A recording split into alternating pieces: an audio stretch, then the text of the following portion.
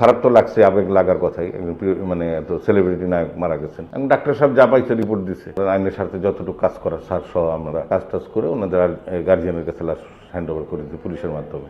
এখানে লাশটা আনলো, আপনার পুলিশ কাগজপত্র করে নিয়ে আসলো। তো ওই দিন সরকারি ছুটি, আমাদের অফিস বন্ধ। আমি স্যারদের ফোন দিলাম যে স্যার এই ঘটনায় মারা গেছে।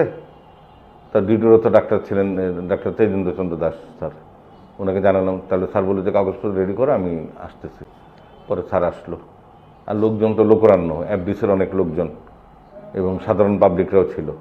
অনুভূতি তো এটা তো আমাদের, শুনেন, এটা রাষ্ট্র এবং আইনের স্বার্থে আমরা এখানে মর্গে কাজ হয়, রাষ্ট্র এবং আইনের স্বার্থে। ওখানে তো একটু খারাপ তো লাগছে, আবেগ লাগার কথাই। একজন মানে এত সেলিব্রিটি নায়ক মারা গেছেন। আর আমরা তো এটা ধরেন আইনের স্বার্থে যতটুকু কাজ করার স্যার সহ আমরা কাজ টাজ করে ওনাদের গার্জিয়ানের কাছে লাশ হ্যান্ড ওভার করে দিই পুলিশের মাধ্যমে। না, ওগুলো মানে ওগুলো তো ডাক্তার সাহেবই জাস্টিফাই করছে। আমি তো আর ডাক্তার না। উনি সিমটম যা ছিল নোট করছে, শ্রোতালের সাথে সামঞ্জস্যপূর্ণ করে।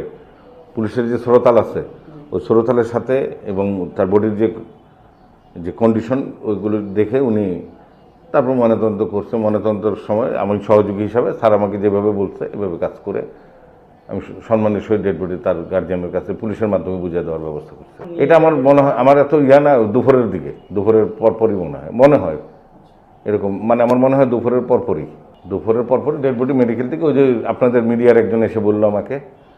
ওই সময়টা আমার আসলে খেয়াল নেই, অনেক দিনের কথা তো, ওইটা না। আমার কথা হচ্ছে এখানে আমাদের যতটুকু কাজ করার, আমি আমার যতটুকু এখতিয়ার মর্গম্যান হিসাবে এবং মর্চের অ্যাসিস্ট্যান্ট হিসাবে ডাক্তার সাহেবের সহযোগী হিসাবে কাজ করছি।